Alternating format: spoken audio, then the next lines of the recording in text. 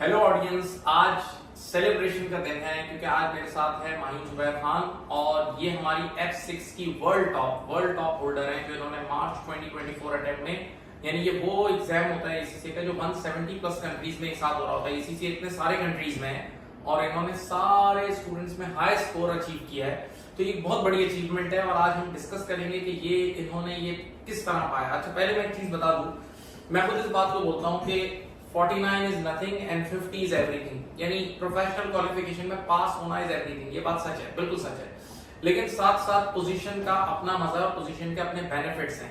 सबसे पहले तो इसका एक टेंजिबल बेनिफिट ये मिलता है वर्ल्ड टॉप का कि आपको ACCA UK की तरफ से 200 पाउंड्स का अवार्ड मिलता है। सही है, टेंजिबल। लेकिन इनटेंजिबल जो आपको मिलता है, जो आपका सेल्फ इमेज इससे ग्रो होता है और जो आपको रिकग्निशन मिलती है, इवन हमारे पास में जो नेशन वाइड पोजीशन होल्डर थे, तो वर्ल्ड वाइड है, नेशन वाइड थोड़ा उससे छोटा होता है विषय, लेकिन नेशन वाइड जो पोजीशन होल्डर्स डिफरेंट कंट्रीज से थे, उन बच्चों ने शेयर किया कि बोला बड़ी बड़ी बिग 4 फर्म्स से उनको डायरेक्ट लिंक्डइन के थ्रू अप्रोच करके ऑफर्स आए हैं।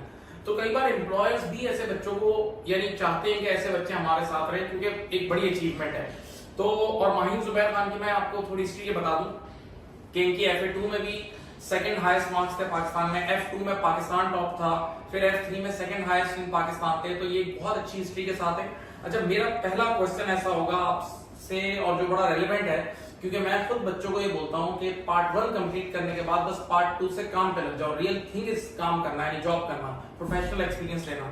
तो आप प्रोफेशनल एक्सपीरियंस भी ले रही हैं, तो आपने अपनी स्टडीज को जॉब और स्टडी को एक साथ कैसे मैनेज किया और साथ specially world top? Sir firstly professional life और प्रोफेशनल क्वालिफिकेशन जब आप करें तो एक दूसरे को कॉम्प्लीमेंट कर रही होती है। जो मैं पढ़ रही हूँ वो रेलिवेंट है मेरी जॉब से, तो मैं उसमें बहुत ईजिली अप्लाई कर रही होती हूँ। और जब प्रैक्टिकल मेरे पास चैलेंजेस जब आते हैं तो उसको मैं ईजिली टैकल कर सकती हूँ, बिकॉज मेरी जो स्टडीज़ होती हैं वो बिल्कुल फ्रेश होती हैं, तो बहुत ज़्यादा ईजिली एप्लीकेबल हो जाता है। साथ साथ तुम्हें एक और बेनिफिट भी ये मिलेगा कि जब तुम काम कर रही हो तो तुम्हारा ये सारा प्रैक्टिकल एक्सपीरियंस काउंट हो रहा है। Yes. तो the day you will be qualified, यानी जिस दिन आपके ACCA के पेपर्स क्लियर होंगे, एफिलिएट बनता है, very next day you will get the membership. Yes. और असल चीज ही मेंबरशिप है और मेंबर्स के लिए दुनिया भर में अपॉर्चुनिटी है, सिर्फ एफिलिएट के लिए नहीं है। तो अब आप अपना टाइम किस तरह मैनेज करती थी with study, job and study?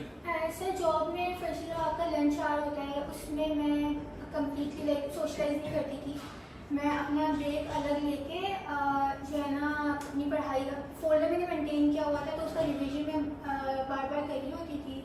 और मैंने वर्क स्टेशन पे कुछ स्टिकी नोट्स लगाए हुए थे, because since tax is all about memory. Yes, छोटी छोटी चीजें याद करने की बहुत होती हैं, तो उसमें डेफिनेटली। तभी मैं एक चीज और क्लियर कर दूं ऑडियंस को कि मैं हमेशा बच्चों को रिकमेंड करता हूं कि एग्जाम फोल्डर मेंटेन करें, यानी हर चैप्टर के बाद उसकी समरी बनाएं और वो समरी बार बार रिवाइज करते रहे तो चीजें रिकॉल होती रहेंगी। तो इन्होंने भी इस चीज को फॉलो किया और ये अपने एग्जाम फोल्डर को बहुत ज्यादा यानी रिवीजन में लाती थी। जी yes. तो ऐसी वर्क स्टेशन पे अगर से जब मेरा काम बिल्कुल कंप्लीट हो जाता था, तो जो इवन 20-30 मिनट्स बचते थे ना, उसमें मैं अपने लाइक स्टिकी नोट्स रिवाइज कर रही हूँ। राइट। और what about the weekend routine? Weekend मेरे एटलीस्ट 10 to 12 आवर्स में लेती थी, और वर्क डेज जो होते थे मेरे उसमें 4 आवर्स तो मैं मुझे देना होता था। एंड दिस इज एक जो ना आखिरी के मंथ में, एक फेब से मैंने स्टार्ट कर दी थी रूटीन। ठीक है, राइट। देखें, मैं अक्सर बच्चों से ही कहता हूँ कि हम सब जो है ना, जैसे अभी जो टाइम चल रहा है, तो लास्ट मंथ और लास्ट 45 डेज में बच्चे बहुत एक्सट्रीम मेहनत करते हैं। हम सब ऐसे ही डिजाइन हुए हैं कि हम प्रेशर से पढ़ते हैं, बल्कि जो पार्ट 1 के स्टूडेंट्स होते हैं वो कहते हैं यार हमसे पढ़ा नहीं जा रहा, तो मैं उनको बोलता हूँ डेट ले लो। जैसे ही बच्चा डेट लेता है ना एग्जाम की, तो उसके सामने एक टारगेट आ जाता है और फिर वो ऑटोमेटिकली पढ़ना शुरू कर देता है। Same is the case here. अच्छा, मैं आपसे ये बोलूंगा कि टेक्स्ट में छोटी छोटी याद करने की बेतहाशा चीजें हैं, तो उसको आपने किस तरह आपने यानी उस चीज को किस तरह ओवरकम किया, क्योंकि टेक्स्ट में है छोटी चीज। बेशक इसका पास रेट हाईएस्ट है, पार्ट 2 में मेरे ख्याल से कई अटेम्प्ट्स इसका ग्लोबल पास रेट 53 कभी 52 इतना होता है। सर मैंने स्टिकी नोट्स बनाए थे घर में, मैं इवन अपनी ड्राइंग रूम में मैं रखती थी उसको, और फिर अपनी बेड साइड टेबल तो जैसे मैं उठती थी ना तो उस पर नजर पड़ती थी। तो ऑल्दो थोड़ा सा बोरिंग हो गया था एट सम पॉइंट, बट वो ये था कि जब तक मेरे दिमाग में नहीं बैठ रहा था उस चीज़ को रिवाइज करे जा रही थी, बिकॉज टैक्स इज बेसिकली आप एक तरह से कह रहे हैं कि वो रोड लर्निंग की तरफ आती है, सिंस उसकी चीज़ें बहुत सारी हैं याद रखने को। मैं यहाँ पर एक चीज ऑडियंस से क्लियर करूंगा कि आज से कई सालों पहले एक बहुत बड़ा स्कैंडल हुआ था वो एनरॉन का।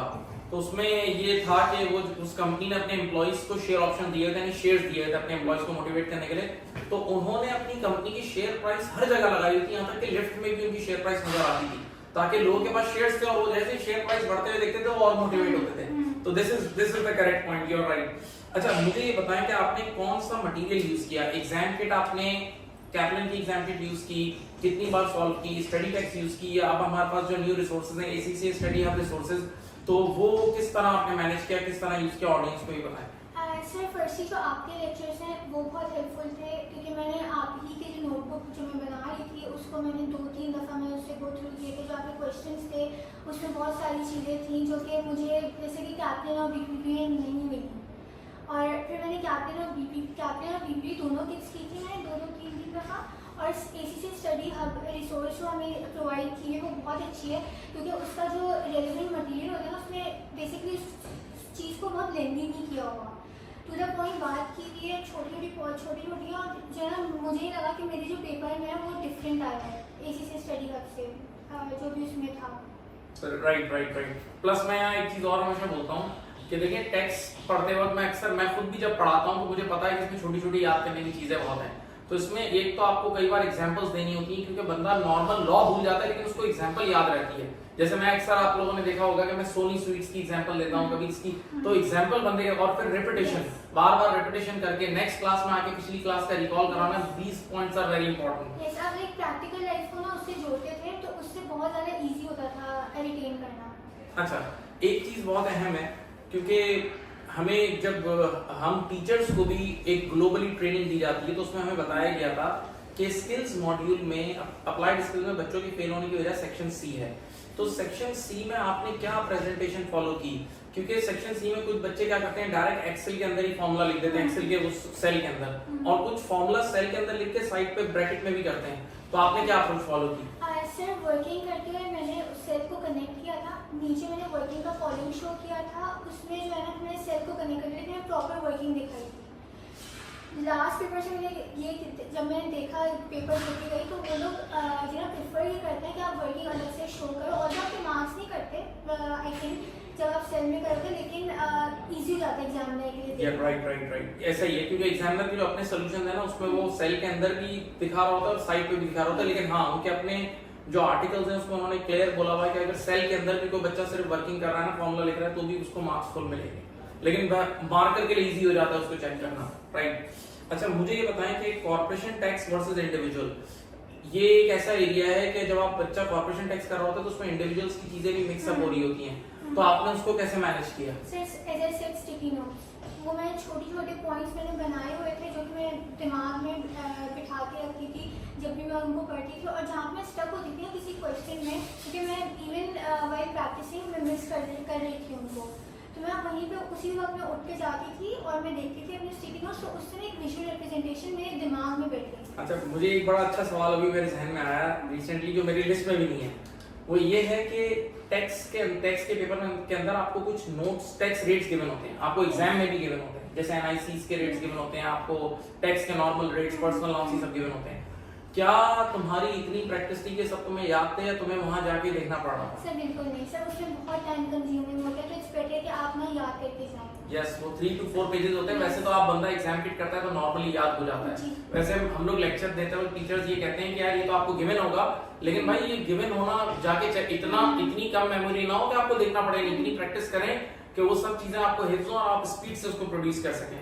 राइट। अच्छा एक एरिया जो अक्सर बच्चे कहते हैं, वैसे मेरा तो सबसे फेवरेट एरिया है, and that is tax planning. देखो F6 में या आप लोग ATX में जो भी टैक्स आप पढ़ते हो ना, तो उसके बाद ACC के बाद एक जॉब ये भी निकलती है पूरा कि आप टैक्स कंसल्टेंट बन जाओ। तो टैक्स कंसल्टेंट को लोग पैसे तभी देते हैं जब वो टैक्स बचा के दें, वो टैक्स प्लानिंग करके दें, और वो बड़ा प्रैक्टिकल एरिया होता है कि भाई आपने कंपनी फॉर्म करनी है, कंपनी से डिविडेंड निकलवाने हैं या सैलरीज निकलवानी है, तो वो एरिया बच्चों को नॉर्मली डिफिकल्ट लगता है तो बहुत इंटरेस्टिंग। तो आपने उसको कैसे मैनेज किया? सर मुझे तो पर्सनली बहुत इंटरेस्टिंग लगा था, बिकॉज मैं एज आई सेड मैं इसको प्रैक्टिकल लाइफ से जोड़ रही थी कि मैं अपनी कंपनी का कैसे टैक्स बचा सकती हूँ। तो इसमें ये था कि मेरे जो है ना फाउंडेशन बहुत ज़्यादा स्ट्रॉन्ग होने चाहिए थे। दूसरे जो चैप्टर्स थे जब वो वंस वो स्ट्रॉन्ग हो गए थे मेरे, तो टैक्स प्लानिंग मेरे लिए बहुत ईजी था। राइट। अच्छा मैं ये यहाँ पर एक पॉइंट ये रेज करूंगा, क्योंकि ऑब्वियस सी बात है, मैंने कहा ना कि लास्ट डेज ही बहुत अहम होते हैं, लास्ट 45 डेज भी अहम है, लास्ट 30, लास्ट 15, तो लास्ट 10 डेज की क्या स्ट्रेटेजी थी आपकी? सर मैं ज़्यादातर बुक रीडिंग करी, उस वक्त मैंने ज़्यादातर बुक रीडिंग की थी, क्योंकि उसमें टेक्सचुअल अंडरस्टैंडिंग्स होती हैं, उसमें जो क्वेश्चन दिए होते हैं वो उससे पूरा रिवाइज हो जाता है। राइट।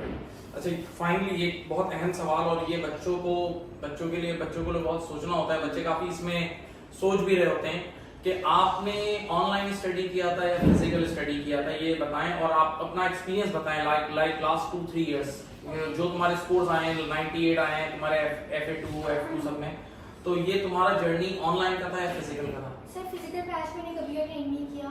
ऑनलाइन में होता है कि आपका आने जाने का टाइम बचता है, और वो टाइम आप ऑब्वियसली अपनी स्टडीज़ में यूटिलाइज कर सकते हैं। और लेक्चर्स में ये भी होता है कि फास्ट फॉरवर्ड करने का ऑप्शन होता है, स्किप करने का ऑप्शन होता है, तो उसमें भी आपका अच्छा खासा टाइम बच जाता है। और ऑब्वियसली जब अब क्वार्टरली अटेम्प्ट है, तो क्वार्टरली अटेम्प्ट में अगर एक बच्चा फिजिकली पढ़ रहा है ना, तो उसको रोज की एक क्लास तो लेनी होगी, ये सीधी सी बात है। तो अगर वो रोज की एक क्लास फिजिकली इंस्टीट्यूट पे लेने आता है तो वो टेक्निकली पॉसिबल नहीं है। मुझे याद है जब फिजिकल ग्रुप एक दौर में जब 6 महीने की अटेम्प्ट होती थी और फिजिकल ग्रुप्स ऑफर हो रहे होते थे, तो उस टाइम हम लोग वीक में 3 क्लासेस या 4 क्लासेस लेते थे, तो 6 मंथ्स के ग्रुप में हो जाता था। लेकिन अगर आपको क्वार्टरली करना है तो रोज क्लास लेने आना है, और रोज क्लास फिजिकल पॉसिबल ही नहीं है, या अगर रोज कोई लेता भी है तो उसको इतना उसका टाइम कंज्यूम होगा कि मेरे ख्याल से उसको अपने सेल्फ स्टडी का वो ड्यूरेशन नहीं मिलेगा। फाइनली कोई ऐसा मैसेज, कोई ऐसी स्पेशल थिंग जो तुम्हें ऐसा लगता है कि तुम्हें जिसने हेल्प किया हो इस पूरी वर्ल्ड टॉप लाने में, वो ऑडियंस के साथ शेयर करें?